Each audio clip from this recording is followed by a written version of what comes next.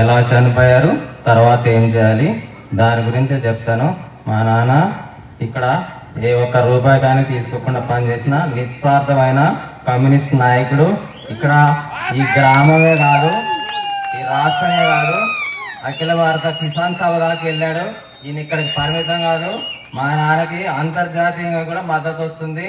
ఎందుకు చంపారు అనేది అదే కాకుండా హరిజన కులంలో పుట్టని హరిజన దేవుడు, బీసీ కులంలో పుట్టని బీసీ ఆత్మ బంధువు మా నాన్న. అందుకని ఇంతమంది ఇక్కడికి వచ్చారు. వాళ్ళని అది తట్టుకోలేకపోతున్నారు. ఎందుకు చంపారు, మా నాన్న ఎందుకు చంపారు? రాహుల్ గాంధీ చెప్తుండే ఎక్కడో బీహార్లో కాదు, పాతలపాడులో కూడా ఓటు చోరీ జరిగింది. అందుకే మా నాన్న సిద్ధకాని పోయిండు ఈ ఓటు చోరీ ఆపమని. అక్కడి నుంచే వీళ్ళకి పుట్టింది మాయరోగం. ఈయన చంపాలా, ఈయన పంపిస్తే ఈయన గెలుచుకుంటామని. ఆ దుర్బుద్ధి ఇక్కడ జరగదు. మీరందరూ నాకు మాట ఇవ్వాలి, అది జరగనేనని మాట ఇవ్వాలి. అందుకే అదే కాదు, ఈ ఊరు మళ్ళా కమ్యూనిస్ట్ అవుతుందని ఆయన చంపాలనుకున్నారు, చంపారు. కానీ అది జరగదు, ఎప్పటికీ జరగనేం. మీ అందరికీ చెప్తున్నా, మీ అందరికీ ధైర్యంగా ఉండాలి. మీ అందరికి మేము కూడా అండగా ఉంటాం, మన పార్టీ నాయకులు కూడా అండగా ఉంటారు. అదే విధంగా ఎవరు చంపారు, ఒక మూర్ఖుల దుర్మార్గులు కాదు. ఈ ఊర్లో ఉన్న పచ్చి గెట్టు తగాలు పెట్టుకుని అందరినీ వేధించే ఒక దుర్మార్గుడు, వాడి నాయకత్వం జరిగింది. బోరప్రసాద్ గుండా కొడుకు, వాడి నాయకత్వం జరిగింది.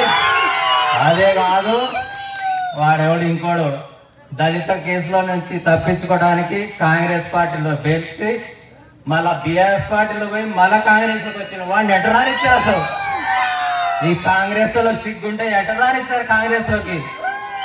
వాళ్ళే చంపారు, చంపడం జరిగింది. దానికి ఏం చేయాలి మనం? అదేంటి కాంగ్రెస్ బట్టి వరకు నాకు చెప్తుండు, ఏం చెప్తుండు? నేను ఖండిస్తున్నా. ఖండించడం కాదు, ఈ నా కొడుకుల్ని ఫస్ట్ బహిష్కరించి మీ కాంగ్రెస్ పార్టీలో ఈ బహిష్కరించి ఫస్ట్, అప్పుడు నమ్ముతారు ఈ ఊళ్ళో నిజంగా వీళ్ళు చేయలేరని, కాంగ్రెస్ వాళ్ళు చంపలేదని నమ్ముతారు. తర్వాత ఏం చేయాలి? పోలీసులు ఏం చేస్తున్నారు? పోలీసులు మమ్మల్ని వేధిస్తున్నారు.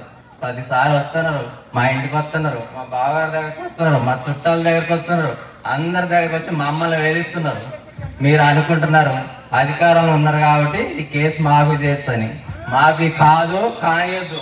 మా నాయకులు కోరుతున్నా, అందరినీ కోరుతున్నా, ఇది మాఫీ చేయనియొద్దు. నేను చెప్తున్నా ఏం చేయాలి. ఈ పోలీసులకు కూడా చెప్తున్నా, పక్క రాష్ట్రంలో జే గ్యాంగ్ కి అడుగులకు మడుగులు ఇస్తారు ఐపీఎస్ ఆఫీసర్లు అందరూ.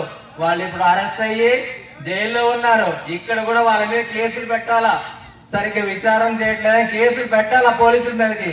పోలీసులు అప్పుడే దడుస్తారు, లేకపోతే వీళ్ళు దడరు. నేను అదే కోరుకుంటున్నా. మా నాన్నకి చంపినందుకు నాకు న్యాయం కావాలి, మా కుటుంబానికి న్యాయం కావాలి. మా అమ్మ 4 రోజులు నిద్రపోవట్లేదు, అసలు మాకు నిద్రపోవట్లేదు. నేను చెప్తున్నా, ఈ హత్య ఇప్పటితో దీంతో కాదు, మిగతా రాజకీయ నాయకులను ఎవరిని చంపకుండా, ఇక మా కార్యకర్తలను ఎవరిని చంపకుండా సామినేని రామారావు రాజకీయ హత్య నివారణ చట్టం ఒకటి తీసుకురావాలి. అప్పుడే నేను చెప్తున్నా, మీ అందరికి కోరుతున్నా, సామినేని రామారావు రాజకీయ హత్య నివారణ చట్టం కోసం మీరు ప్రయత్నించాలి. దాని ద్వారా ఎవరినైనా చంపితే ప్రభుత్వం తరఫున వాళ్ళని ఆదుకోవాలి, అదేవిధంగా వాళ్ళ ఫ్యామిలీలకు కూడా ఆదుకోవాలి. అప్పుడే భయపడకుండా రాజకీయాల్లో పనిచేస్తారు. నేను ఇక్కడ రాజకీయ వారసుగా రావట్లేదు, నాకు ఇక్కడ ఏ పని లేదు, నేను ఇక్కడ ఏ పోటీ చేయను, అందరికి మద్దతు తెలుపుతా. అదేవిధంగా ఇక్కడ పోలీసులకు కూడా హెచ్చరిక చేస్తున్నా, మీరు తొందరగా కనిపెట్టండి, లేదంటే ఒక్క పిలిపిస్తే చాలు ఇప్పుడు పరిష్కారం చూపిస్తారు మా వాళ్ళు. కానీ మా నాన్న కమ్యూనిస్ట్ పార్టీలో ఉన్న గాంధీ ఎప్పుడు గొడవలు పెట్టుకోవాలని కోరుకోలేదు. కానీ మీరు ఆ పరిస్థితి తెచ్చుకోకుండా దీన్ని మాకు పరిష్కారం చూపాలని కోరుతున్నా. మీ అందరికీ చెప్తున్నా, ఐకమత్యంగా ఉండండి. ఊళ్ళో ప్రతిసారి వెళ్ళేటప్పుడు కానీ ఐక్యంగా వెళ్ళండి, ఎవరికి భయపడొద్దు. మా నాన్న ఎవరికి భయపడలేదు, మా నాన్న ఎప్పుడు మీ పక్కనే ఉన్నాడు, మీరు ఎప్పుడు మీ పక్కనే ఉన్నాడు అనుకోని ఈ గుండాల్ని శాశ్వతంగా ఊరి నుంచి బహిష్కరించేటట్టు చూడండి. అదే మా నాన్నకి ఇచ్చే మీ నివాళి. అదేవిధంగా ఊళ్ళో గొడవలు పెడతారు, గేటు తగాదాలు పెడతారు, గాంధీ పంచాయతీ పెడతారు. వాళ్ళందరినీ ఇక్కడ ఉండిస్తే మళ్ళీ ఏదో జరుగుతుంది. అది జరగకుండా ఉండాలని కోరుకుంటున్నా. చాలా థ్యాంక్ యూ.